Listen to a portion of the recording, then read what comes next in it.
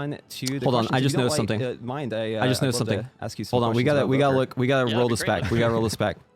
I swear, he's wearing Evoker color nail polish. Let's go, dude. That's actually sick. Yo, did y'all notice this, chat? No one pointed this out. He's got Evoker nail polish. That's perfect. It's literally the class color. He found the exact color. Dude, major props. That's awesome. Amazing, dude. Oh my gosh, I just noticed it. I didn't even realize it. Yes, can we get some nail emojis in the chat? That's amazing. Okay, sorry. For it there as well. So let's get on to the questions. If you don't mind, I'd love to ask you some questions about Evoker. Yeah, that'd be great. Let's do it. Okay. Yeah, obviously, you know, there's like working for Blizzard and like getting to like design classes seems like a really, really cool job.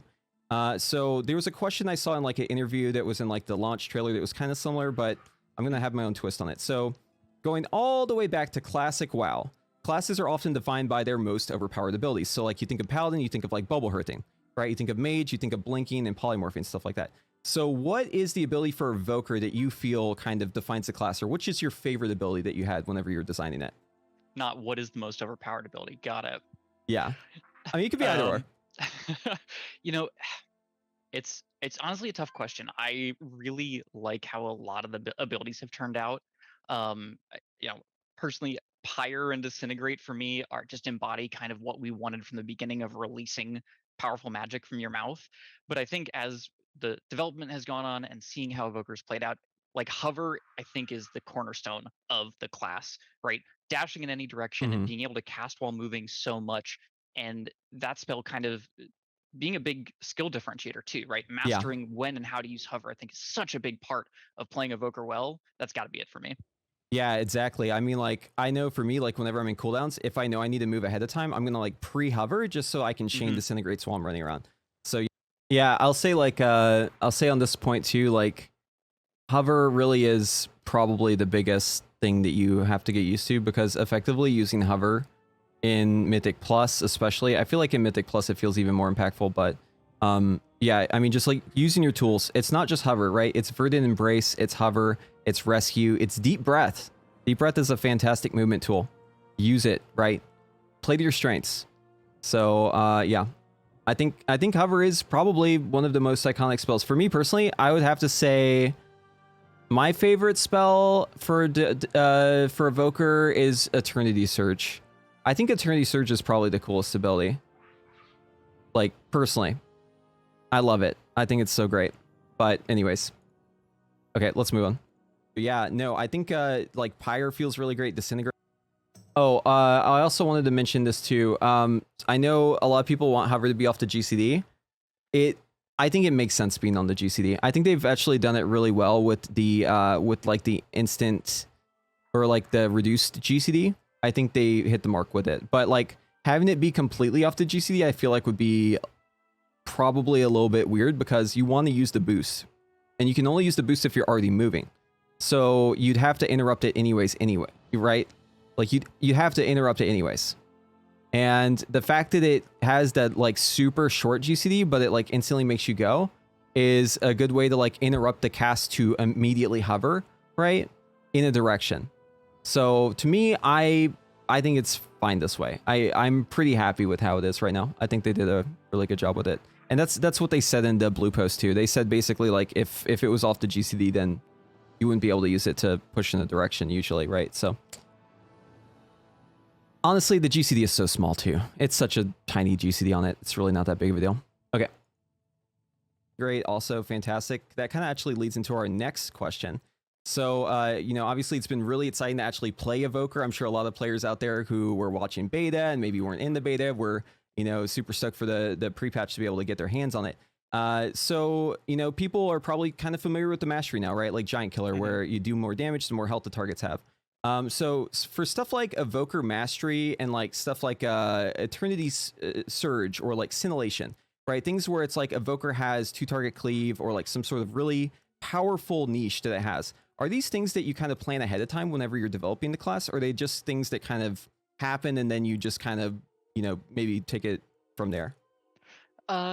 Both, honestly. You know, for Devastation, we had early on kind of what's cool about dragons, like what's going to be awesome about being a dragon and feeling like a dragon. What do we need to deliver on?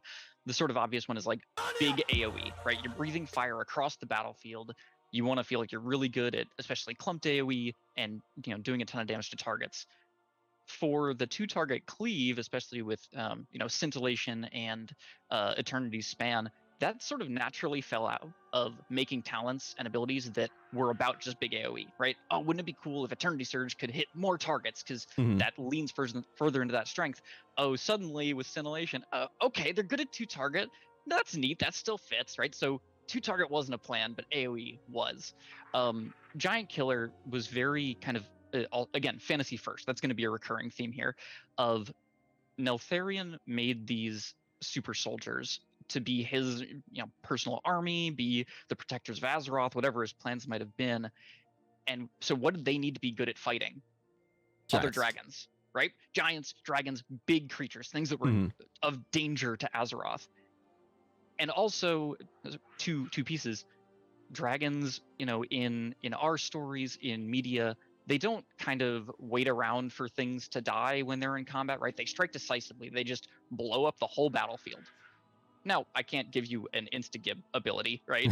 That's be a little too good. But how do we get that feeling across in a mastery?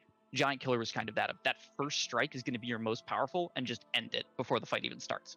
Yeah, I'll say like whenever you're like leveling, that mastery just feels so amazing. Like you just a full charge fire breath. Yeah, full charge fire breath, or like a full charge eternity surge, like on a pack of mobs. It feels really, really great.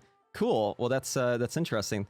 So I guess a lot of it just kind of happens, but all right. Well, I think y'all did a pretty good job, because it feels really good, especially like having the ability to target swap and stuff on raid bosses, just being able to do like a lot of burst to a new target.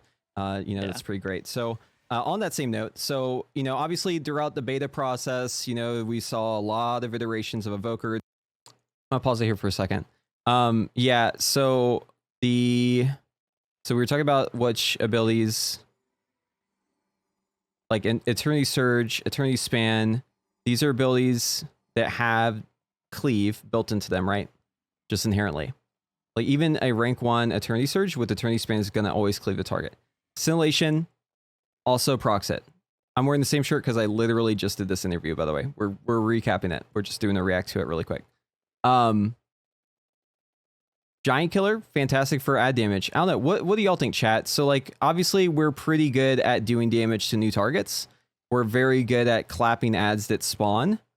Like on the, basically on demand, we've got insane burst, and we don't really have to give up much single target at all for our burst. So how do y'all feel about this? Like, do y'all feel like this is a fun playstyle, like having to constantly look for targets to hit that are new? Because like for me personally, like I love it. It's almost like a mini game.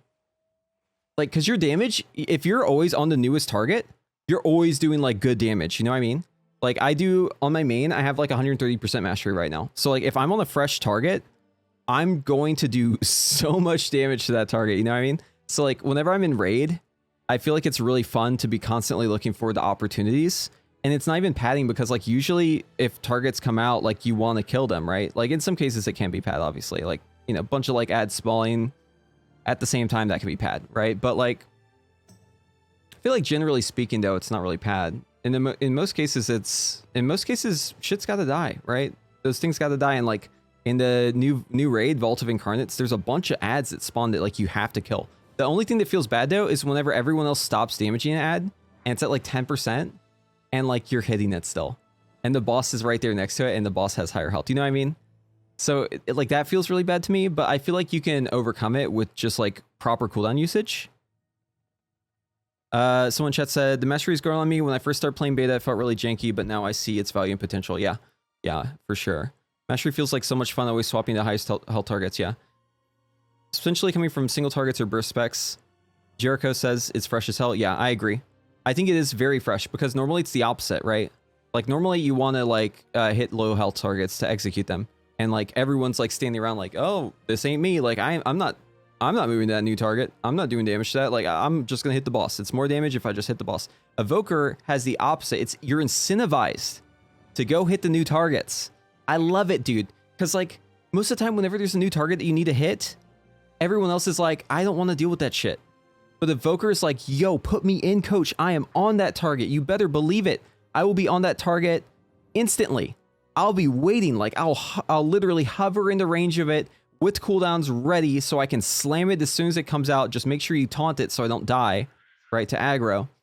But it's just so much different. Like, if you're playing DPS and you're like constantly like trying to be like a good raider and you're like always going above and beyond and like doing the jobs, usually it sucks and it makes your damage worse, right? Like, usually doing the job correctly in raid has a negative effect on your total damage. You know what I mean? You're not incentivized to do it. It's like the opposite, right? Unless the target's low and then it's like, oh, well, you can execute it, right? But Evoker has the exact opposite. It's flipped.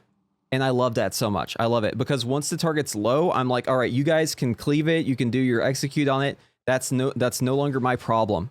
I went in, I did my damage.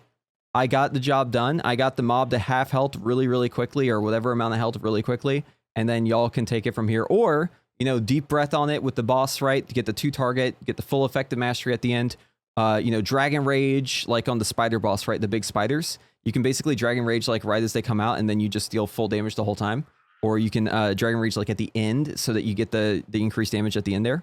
I think that there's just so many ways as Evoker that you can play around the mastery to kind of overcome its weaknesses and then turn them into strengths. And to me, that's like the most fun part about it. Someone chat says, can confirm had to go fire for prototype Pantheon to kill ads. Yeah. Yeah. I mean, it's one thing to like just do like a bunch of AoE, but like usually if there's like a single ad that comes out, like no one wants to be the first damage on it, right? Like the raid leader's like, come on guys, don't make me check Warcraft logs. Like y'all need to swap to this quicker. Come on guys. Evoker's like, dude, I'm already swapped. What are you talking about? I'm already swapped and the target's already at 80% and it was just me. I'm the only one who's been hitting. Is the interview still going? No, we're just, we're doing a live react to it just right away. With the interview just finished, but if you're coming into the stream right now, we're at like the start of it. So just hang tight.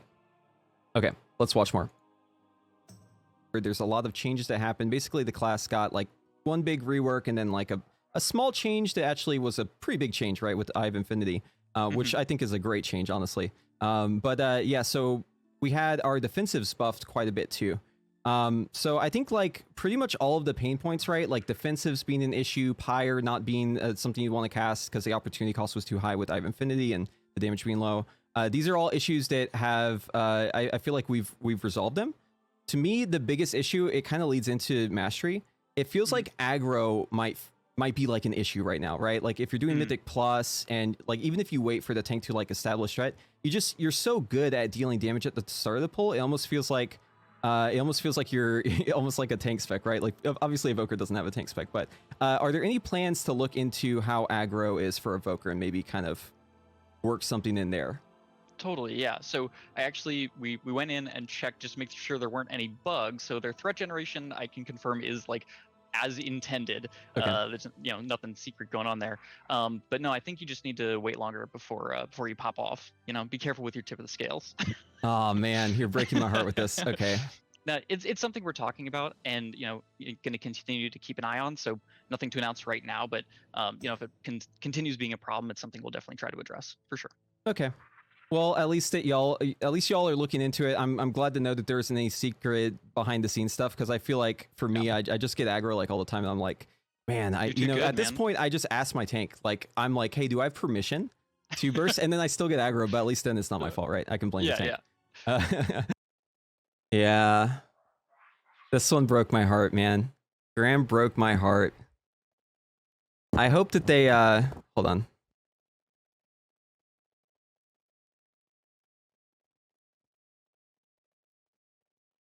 Right, sorry. People were complaining that the mic was popping a bit, so I just swapped out the filter.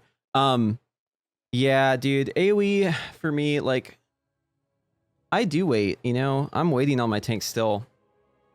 But I feel like even though I wait, I still get aggro. That's why I'm like, man, what's going on? Maybe it's warriors. Maybe it's like, maybe I just need to play with like druids only. Or maybe like demon hunters. Warriors have an AoE taunt every 3 minutes, but like if the AoE taunt isn't up, like I almost always pull thread on them. Even if the targets have been in combat, the warrior's been hitting them for like 10 seconds, I'll still pull aggro on them.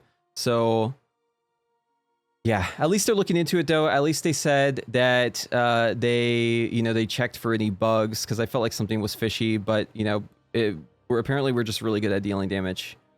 A great question about the aggro for a spec designed to hit something as soon as possible. Getting hit with aggro is rough. Yeah, like I get that this is something that they probably don't want to give an answer on yet. They probably don't want to do too much on it yet, but me personally, I feel like it almost goes against like the design of it, right? Like if your strength is to hit the targets right away and to like get in there and do your damage right away, if I'm having to wait like a long time and then I don't really even get the benefit of it because I'm waiting so long, I feel like it almost goes away, right? Like that benefit almost gets erased by that.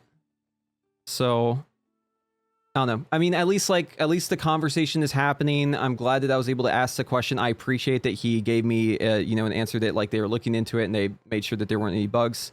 What I'll do is I will hold on to hope.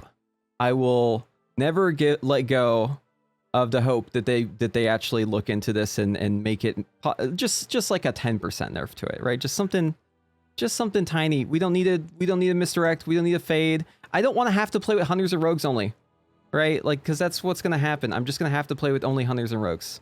Mostly rogues, because hunters are BM and they don't even really misdirect that much damage, right?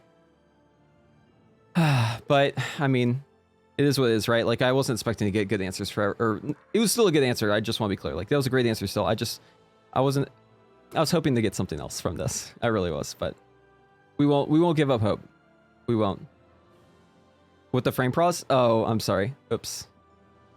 Anyways, okay. So I have to ask this question. I know that there's already an answer to it, but I have to ask it or else the chat would absolutely riot. So we have Preservation now at 30 yards, right? We have Devastation. It's still at 25 yards. For folks who are new to Evoker, it's going to be a little weird getting used to it. But I personally think after 300 hours playing Evoker, I feel like the ranged is something that you can kind of get used to. But are there any plans in the future to maybe adjust it later down the road? No. Next question. Okay. All right. Let's talk about it. I think it's an important question. Mid-range, this new mid-range style is certainly new for the game. I think that's kind of part of what's appealing about it is that it is a very distinct playstyle. Whenever we're adding a new class to World of Warcraft, it's how do we make this feel fresh, feel new, but still feel WoW? And so exploring this new range increment is part of that. I mean, you've seen Evoker plays really differently from our other caster classes and differently from a lot of melee. Our intention has always been have that mid-range, but give you the tools to make up for it, give you, hover and verdant embrace and deep breath to get in and out and reposition as you need to. I think that's working out pretty well. If, it ends up being an issue more than kind of anticipated, I think we'd look to improve those tools further. But the mid-range also, again, kind of came out of a fantasy push first of a dragon. They aren't sitting 100 yards back hurling spells. They're getting into the thick of it. Yeah. And while we wanted to, have them be a caster, we have those cool 5 schools of magic from the Dragonflights. We want to have you casting spells.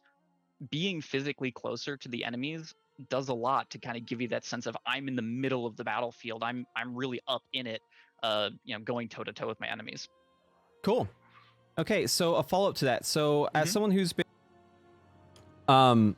great answer from Graham here. And I think he's right. Like, I know that this is going to go against a lot of what a lot of you in chat want. And it might be a hot take. But at least for Devastation, the range is not an issue. It's not. It really isn't. It's not. Like, it might be an issue in the Shadowlands raids. Right? Like he said. It might be an issue because we might get false positives from Shadowlands because they weren't designing around it. But moving forward, in all of my raid testing and all of the Mythic Plus, there have been times where aerial denial was an issue for me personally because mistakes were made, right? But mistakes were made. You pay for mistakes. That's what happens. You deal with the consequences of the mistake, right? You can play around it. You can really and truly, you can play around the 25-yard range. It is weird to get used to at first. I will give you that. It is definitely weird to get used to initially. But once you're used to it, it's really not that bad. Okay, take it from me. Been playing Evoker. I've got 300 hours played on beta. Now I don't even know how many hours on live. I'll do a /played in just a bit. But it really isn't that big of an issue. The bigger issue is aggro, because you're so close to the ads that like the aggro happens and you're just dead instantly before you can even react to it, right? Because you've got tools to like keep the ads away from you, like landslide, like tail swipe, like wing buffet, like deep breath stun. You've got all these tools to like get the ads away. The issue is the aggro really is the issue. I feel like with me, I don't have any issues with the range. The range is completely fine. It's almost like a secondary issue, right? Because I'm so close that the aggro ends up becoming more of a problem. But anyways,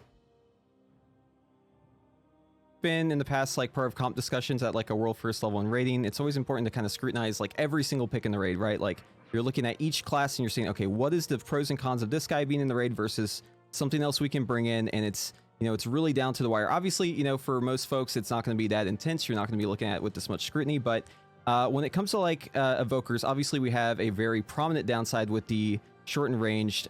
Is there maybe what are the intended strengths of I'll start with preservation first. What are the intended strengths of preservation evoker?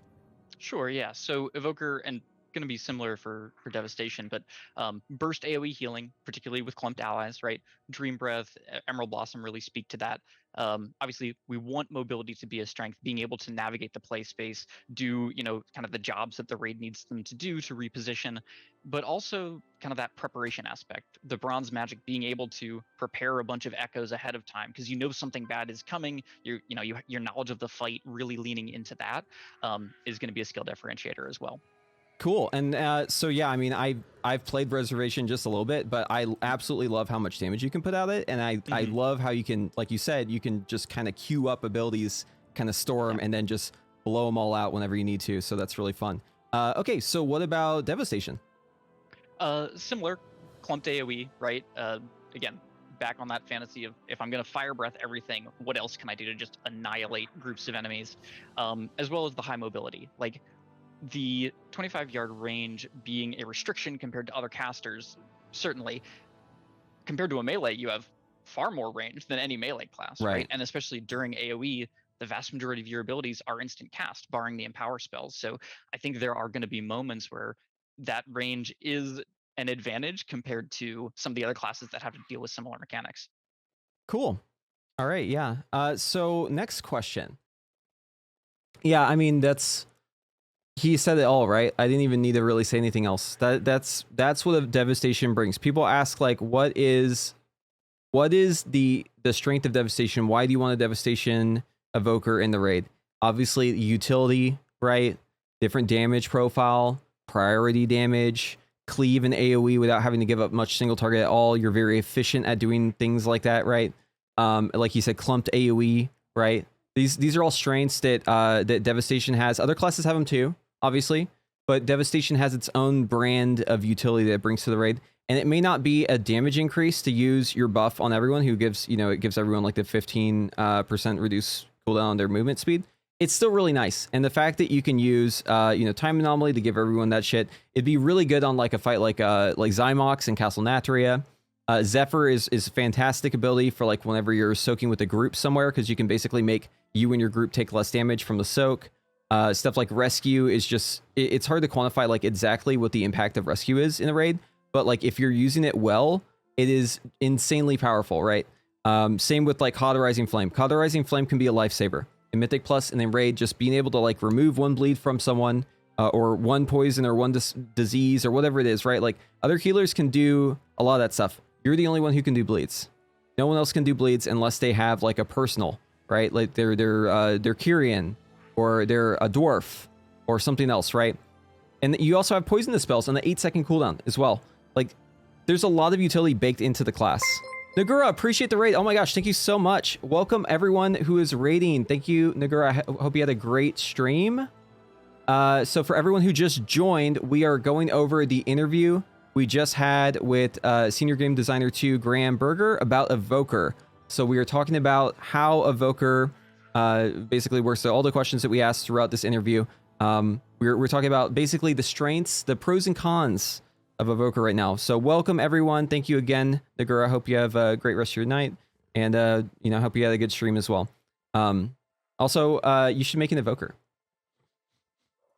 But welcome, chatters. Okay, let's keep going. So we recently had a change to Fire Breath. I guess it wasn't like it wasn't that recent, but you know, a while back. You know, Sure. whenever we were like pushing more dot damage into the upfront damage.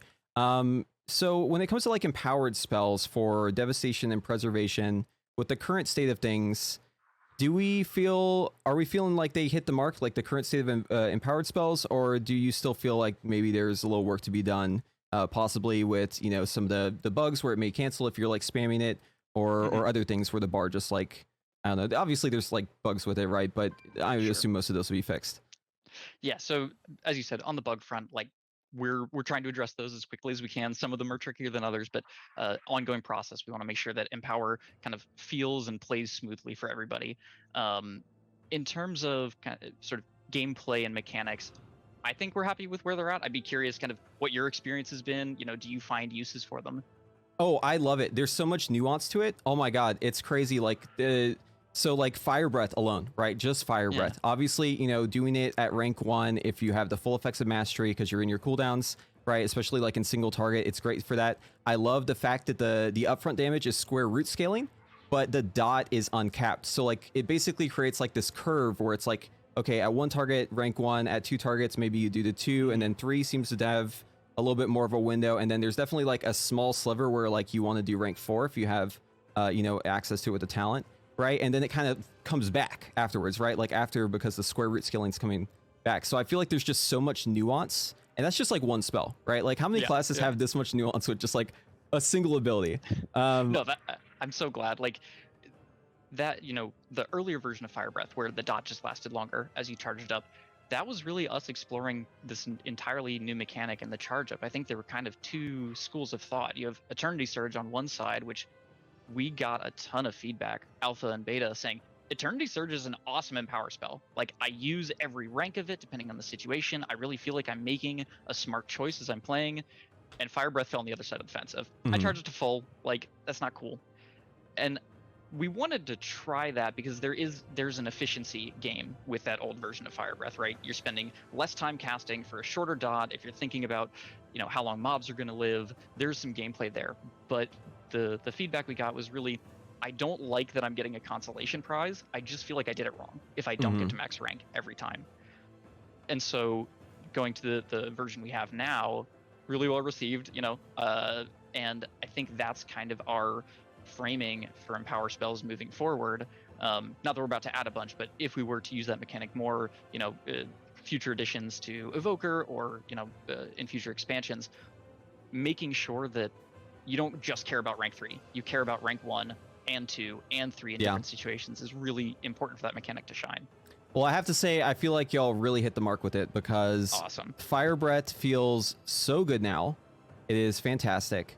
And then obviously Eternity Surge has been great pretty much this whole time, right? So really, no, I can't say much bad about that one. That one's great. Cool. So the next, all right, popping in again. Yeah, dude, they did, it's good. It's really good. You use every empower ability you use at like every empower level. Straight up. There's never a situation where it's like, and chat loves to ask me this question, right? What empower level do you use Fire Breath at? How much do you empower Fire Breath, right? The answer is like, here's a book. Read it. Right? Like it's just, there's too much to it, right? Like you can't give just a quick answer to that. There's too much to it. There's too much nuance. And this is exactly what they were going for, right? Like if you think about it, whenever Blizzard first announced the empower abilities and how they're going to work, their whole stated thing about it was, their mythos was like, okay, here's an ability that it's different if you charge it up more, and there's going to be situations where you charge it up at every level. Basically, every amount of charge level on this thing is going to get used, right? It's a sliding scale, but it's got 4 choices basically, and you choose one of those 4. There's a situation for everything, right? There's always a situation for everything. Before, you would always fully charge it before they changed it. The way it works now, and I've explained this a couple times on stream, but here's my little graphic to help you out. So this isn't like exact science, right? Like don't quote this too much, but basically it's like charging it up every level basically gives like 3 ticks of the dot, right? So like 3 ticks of the dot for every charge level. So you're not increasing the damage at all by like charging up more. All you're doing is you're grabbing 3 seconds of the dot in the future and you're putting it in the now. But it comes at a cost, right? Because you're also paying for it by casting the spell longer. So there's more downtime in charging the spell, right? Because if you do a rank 1, it still does the same amount of damage and you charge it way less. You get what I'm saying? So like there's a downside in that you have to charge it more to do more of the damage up front, but there's huge benefits to that, right? Obviously Leaping Flames is its own thing. We won't even talk about Leaping Flames, but Leaping Flames gives you more cleave on your Living Flame for every target you hit, right? That part's really great. And then there's other considerations like Mastery. You might be doing more damage up front with the Mastery, right? But the upfront damage has square root scaling. So even though you're grabbing damage from the future and you're pulling it into the now, you're also square root scaling it. So it isn't just like you always charge it more in AoE. That's not the situation. It's everything in between, right? Level 1 in single target typically. More if you know the boss is going to die soon and the dot damage won't even get to do its full effect, right? Obviously there's considerations like Catalyze, right? Which we don't really have that many talents right now at level 60 to like make full use of this stuff. But like Catalyze, like Burnout, these are also considerations that we'll have in Dragonflight once we actually start running those talents. And then, obviously stuff like, how much damage you're doing up front. If you can do more damage with the Mastery on like a pack of 5 mobs up front, then the Mastery, once it's lower, because the dot scales dynamically with Mastery, it's almost like you're getting more damage out of it, right? Because you're getting the full effects of Mastery with the initial hit. So basically there's a situation for every charge level, but here's what you just need to know. Grab dot, put it in initial damage. That's what charging it does. Every time you charge it, it's 3 more ticks. The ticks happen every 2 seconds. You're basically taking 6 seconds of damage on it, right? 6 seconds of the dot, and you're putting it in the initial damage. That's what's happening whenever you empower it. Okay? So you can kind of play it by ear. And there's really no correct answer for every situation on how you should charge Fire Breath. It really is that nuance that it depends, right? It depends on so many factors, but generally speaking, you want to use rank 1 in single target. Generally speaking, you want to use like rank 3 for like, maybe 3 to 5. I don't know. We'll have to look at sims more in the future, but basically it's like a curve, right? Like you use 1 at the start and then you use more as you go up to the top. They're talking about the Devastation Evoker Discord if you want to see more information on this. I don't want to misquote anything, so I'm not going to like say anything specific here, but basically like you charge it more for like AoE if there's a couple mobs, and then as you get more and more targets, then it starts coming back off. You want to start doing a lower one because the damage over time isn't capped, right? It doesn't have that square root capping on it. So there you go. All right, let's move on. This question coming up here is from Mitt, who is he was a preservation guide writer for Icy Veins. He's also a raider in Liquid Guild. So his question is, Echo is by far the most unique and interesting ability in the preservation kit, but it often gets overshadowed by the power of Emerald Blossom since they share a resource. Which niche do you see each of them excelling in when you're tuning the 2 abilities? Yeah, so really good question. In terms of kind of play style, Echo is very much intended to sort of amplify your healing more at low target counts. You can spread it out a lot, but that takes a ton of pre-planning, right? That is supposed to be sort of your lower target count. I lean on this ability. In a raid, using it to spread and prepare, I think is a strength there. But then at this kind of mid to high target counts, leaning more on Emerald Blossom, if you take, Fluttering Seedlings and kind of using that to extend the range of your healing and that sort of thing.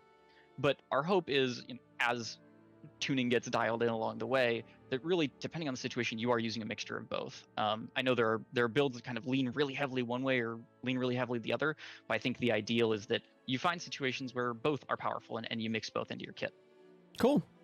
All right, good answer. So our next question comes from Volk, who is our preservation guide writer for Wowhead. Volk asks, in encounters, mechanics are typically coded to either hit any random non-tank player, range player, or melee player. Right now, we're under the impression that Evoker's flagged as range. I think that we all agree that that's true.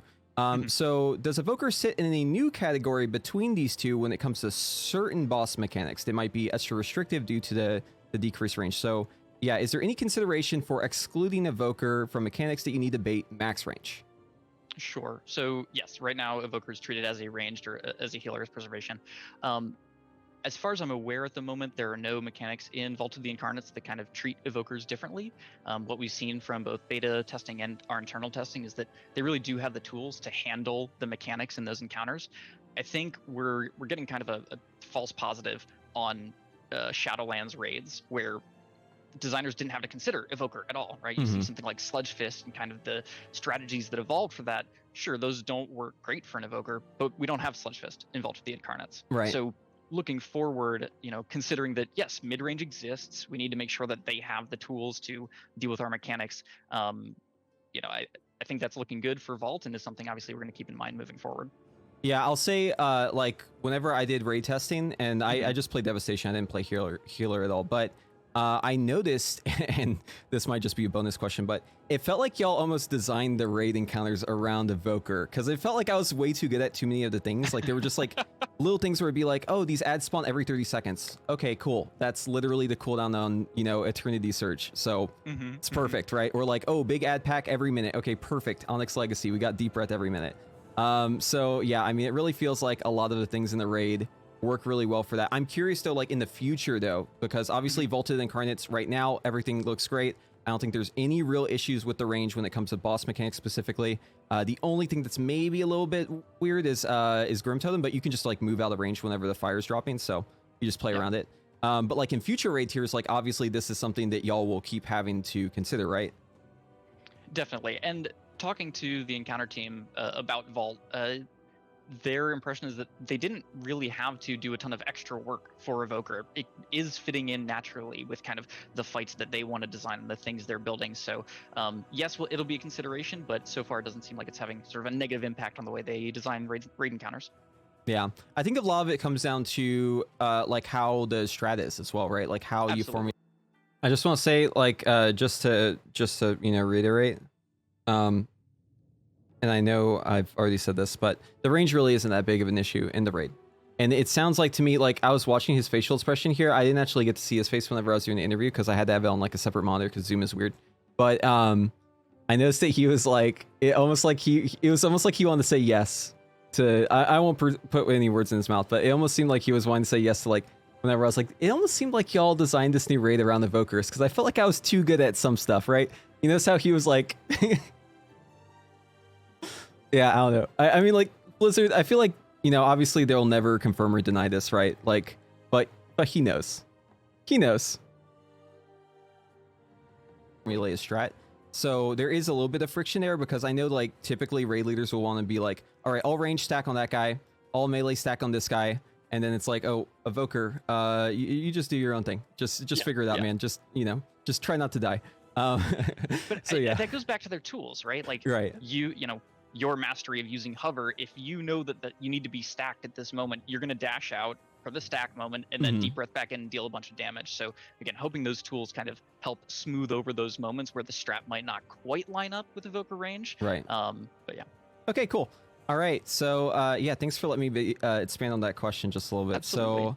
So Cheddar said his face when you asked the question was the answer. Yeah, I agree.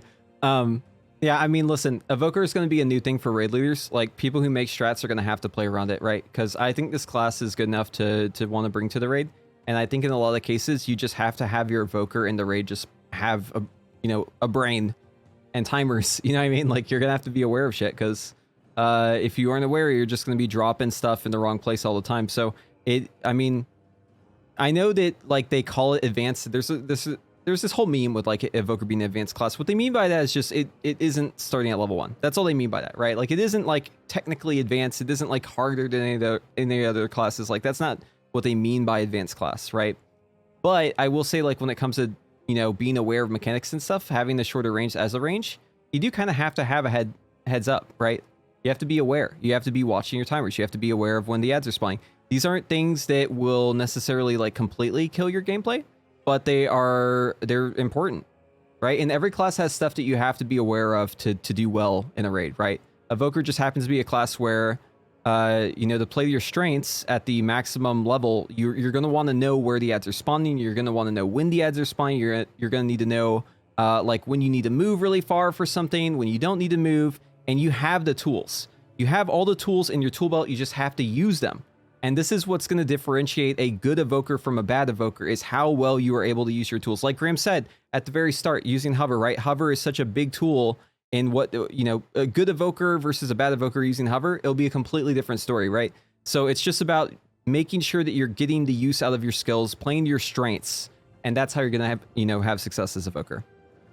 The next question comes from the community. So I had a poll I put out with a forum, and it was like about a month ago where people could ask their questions, and this is one that we had here. So I don't remember who said this. I think they were all anonymous answers, but someone in the community asked, with abilities like Rescue, Oppressing Roar, Source of Magic, Time Spiral, Zephyr, Cauterizing Flame in the class tree, are Evokers intended to be more of a supportive class as a damage dealer, or is it just kind of something in between? Sure. Yes and no. I will say, as filling a damage dealer role, we want them to, deal competitive damage compared to all of their allies, right? You should be bringing as much damage as a rogue or as a hunter to your raid. We aren't doing the hybrid tax of your, right? But in terms of their kind of supportive capabilities, yeah, kind of like you have your both damage and healer specializations. We want you to have that hybrid field, be able to contribute in those fields. As you said, preservation, dealing a fair bit of damage. But a lot of that comes back to, we have these 5 lights of magic. We made the core spec abilities to be just for 2, but wanted to make sure that your utility kit and your hybrid kit touched on all 5. That your defensive is black magic, that deep breath is black magic isn't an accident, right? Mm-hmm. That Zephyr feels kind of physical and from the dragon's racial capabilities. That Time Spiral is bronze, but accessible to both specializations. Very much we wanted to give you new utility, new ways of interacting with mechanics and kind of axes of utility that other classes have touched in the past, and lean into the theme that I think is sort of unique to WoW dragons and lore, that they are, dragonflights are very kind of community driven. They're very familial, right? All the red dragons have shared ideals and sort of a shared vision of how the world should be. So giving Evoker a lot of group support and group utility capabilities was a nod to that, to say, yeah, you don't care about just yourself, you're here for the betterment of the group. Yeah, I'll say Rescue, obviously one of the coolest abilities that's ever been in the game. I love it so much. I mean, the trolling capacity you can have with this if you want to turn against your fellow party members Neural is crazy. Silencer works on it, but I do enjoy all the videos on Twitter, absolutely. Yeah. I mean, you can also use it for good, and like the way that you can do that, it's incredible. I also like that you can still cast, like while you're being rescued, you can still cast. So, moving a priest that's ramping, or like heaven forbid if you're, moving a warlock. I mean, come on. But it seems like it might be worth it in some cases, right? So really fun. So basically what I'm getting from this is it sounds like the hybrid tax concept is like completely gone. Like we're done with that idea. Yeah, it's, not something the team really has tuned around for a long time. Players really identify nowadays with a specialization in a lot of cases, right? You aren't showing up to a raid. In Classic, you'd be like, I'm a paladin, and I can be a lot of different types of paladin. But nowadays you show up and I'm a ret paladin, I am a holy paladin. And that's the way a lot of players kind of view their character and view themselves. And so it's important to us that you can be successful in your desired role and not feel like you're kind of being tamped down for unknown reasons. And balancing kind of the additional hybrid capabilities you bring against things that other classes bring, right? A rogue isn't bringing off healing, but they can deal with mechanics. They can, save themselves. They can get around really quickly, that sort of thing. Yeah. So it is a balancing act, but yeah, no hybrid tax as such. Cool. Yeah. Yeah. I mean, this is one of the biggest draws of Evoker is just the ability to do a lot of stuff that no other class can. So you got some cool new stuff and you got to use it. Play to your strength, right? Mike says, I just noticed one thing while doing stuff in the open world. While it's amazing to do big damage at the start, when you're in a pinch, you pull too much, you want to clutch mythic pull or something. It feels so bad to have your damage lower at the end. It's a new gameplay, that's for sure, but people are often the most excited when they're almost done with something, like close to achieving the boss kill at the end. It might just feel useless. Maybe me though, just saying, gotta get used to it. Yeah, I think a lot of that can be mitigated just by different cooldown usage. Like in a perfect world, like you're gonna have your Dragon Rage end as the boss dies, right?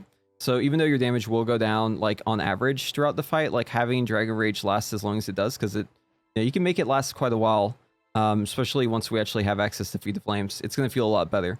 And yeah, stuff like Deep Breath, someone also mentioned, like Deep Breath is also a fantastic way to kind of finish things off. So what I would say is, like in the open world, if you're having troubles with this, maybe save your Deep Breath or like hold your cooldowns a little bit later, build up to 20 Charge Blast stacks and then go into your cooldowns, and I think you'll find it works a little better. But it is harder, right? It's a little more technical, but I think that it's definitely something you can get used to. No, they're pretty great. I mean, Colorizing Flame in some dungeons is just amazing. Yeah, that's a good one. Okay, so the last question. This is probably the most requested question I had across the board. So we had kind of a similar one asked in the Wowhead interview, but this one's a little different. So are there any plans to add more transmog options or modifiers to the combat evoker form in the future? And a follow-up to that, things such as like different body forms, or maybe like a different dragon spawn, different dragonoid, other visage forms that maybe aren't the same race like humans, right? Like elves, tauren, gnomes, stuff like this in the future. So good question. As far as customizations for the combat form, really for both forms, I mean, the Drakthir is the most customizable race by far that we've ever added to WoW. Seeing all the just pictures people are posting of like, look at the Drakthir and Visage I made and how they match up. I've seen some really impressive ones where the transmog they pick on their Visage form matches the customized armor they have on their Drakthir, and I'm very jealous because I was not clever enough to do that. I'm like, okay, I gotta go get on my yak and play with transmog. But no plans at the moment to kind of add a ton more customization to Drakthir. Obviously, across the board, we love adding customization to races. It lets players express themselves. It just gives you a new toy to play with. So it's something the team is interested in adding to the game, you know, across the board in the future, kind of when it makes sense, as time permits, that sort of thing. But no, we're honestly really happy kind of with how Drakthir looks, where it's at, that we've added this new silhouette to kind of the family of dragons, and that they are distinct. They do stand out. We think that's really cool about Drakthir. I love that you can choose to turn off the visage form, because I just love being a goofy little dragon all the time. And it's the only thing you can play in World of Warcraft, and you don't have to wear pants. And as we all know, pants are lame. So, you know, being a dragon without pants. Yeah, I love Donald Duck in it. It's great. Yeah, I mean, like listen, I know a lot of people don't like how evokers look, but he's right though. Like it is a completely unique silhouette that exists nowhere else in World of Warcraft. This is a completely new thing. Love it or hate it, regardless, it's got more customization options than anything else has ever had in World of Warcraft's history. Literally, I remember from the interview, it was like they said like there's more customization options for Evoker in total than there's like grains of sand on Earth. But obviously, like, you know, feel free to go count that and fact check it. But it's just like, just numerically, the amount of combinations of specific things that you can do, there's just more than they've ever had, right? And the fact that you can just go to the barbershop and just change them all for free is amazing. You don't even have to spend all that time like making your guy. You can just go to the barbershop and just like redo everything. I love it. Every single time I go to the barbershop, I'm like, yo, what sort of dragon do I want to be today? And I just completely change how my character looks. And I don't even use the visage form. I don't even look at it. I'm literally only customizing the dragon form specifically. So, I mean, I can see like how I can see where they're going with this, right? Because like the answer is obviously like, well, why would we add more? There's more than there's, you know, available than for every other class, right? Like there's more customization options here than every other class has. And of course, you know, people want more, right? It's natural. People want more customization options. I hope in the future, like down the line, because I know it's not going to be anytime soon, but I hope like maybe expansion from now or something like that, that they add the ability to maybe choose different races as your visage form. I'm just not a fan of human visage personally, but you know, to each their own. I would love to be a troll or something like that. I feel like that'd be really cool, or like an orc. And the reason why I kind of feel this way is because like whenever you talk to the NPC at the very end of your Evoker starting quest line, he says, he quotes basically saying like, every dragon has their own way of seeing themselves, and it's reflected in their visage form. And you get to choose your own visage form. And then you press the button and, you know, you're human, right? So like, obviously you got to customize your human, right? I'm not saying you didn't. There was a big customization that happened there. I would just love in the future if maybe I could pick something else, but I get that it's a lot of work. Yeah, it's an expression of you. Exactly. Thank you, Jericho. That's the exact quote. It is an expression of you. So maybe in the future, right? Maybe in the future, but I get they already gave us so much, right? Like I don't want to be too greedy and just like ask for this again, but I know a lot of people are asking for this. And me personally, I would love to see a little bit more in there, but you know, obviously like we already have so many customization options that it does feel a little bit greedy, but hey, dragons are greedy. That's what they're known for. Okay, well, it has been such a pleasure interviewing you, Graham. Thank you so much for this. I appreciate the answers. I really hope that y'all look into the aggro stuff more in the future. I was a little disappointed by that, but I gotta say, everything else 10 to 10, and keep up the great work. Y'all are doing fantastic with Evoker. Awesome. This was a lot of fun. Thank you so much, and Yeah. likewise. All right, thank you so much. All right, I'm gonna pop this off. Okay. All right, bye. Take care. Okay, that's it. That is it.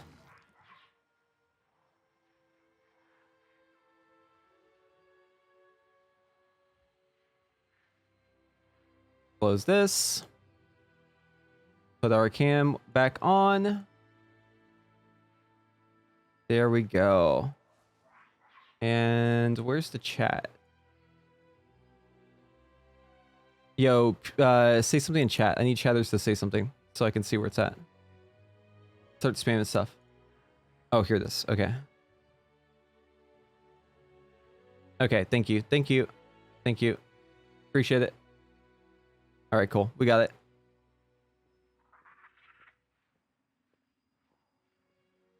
Cool. All right, everything is back in working order. And we get the sound effects. Everything's good. Okay. Wow, that was great. Yeah, I loved it. How'd y'all feel? What sort of questions did y'all have that I didn't ask? Was there anything that you felt like, obviously the SOAR thing, right? Like I know people wanted me to ask a SOAR question, which I didn't. But I wanted to stick to the questions that we had, right? There's an opportunity cost with every question, right? So there's only so much time, right, for 30 minutes of questions.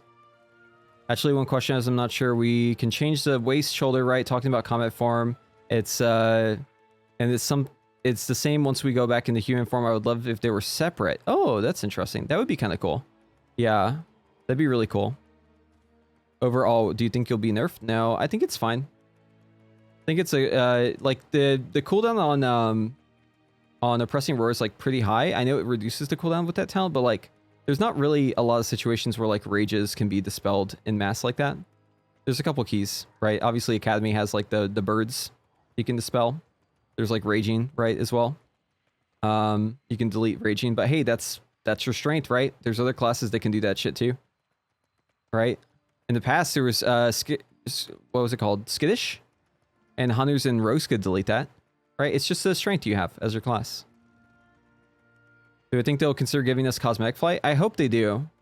I've seen your tweets a lot. Like, I hope that they do. I think it's cool, but I don't think we're getting it in Dragonflight.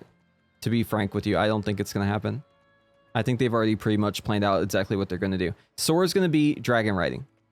Right? Maybe in the future, if they don't have dragon riding in the future, we'll probably have it, some form of it, right? But for now, I think we're going to get what we have right now. I think since they have a high mountain visage already, surprised they don't already have different races. Yeah. Also, balance changes a bit once we hit 70 and throw away challenge legendaries. Yeah, I'm sure that there's more to come in terms of balancing.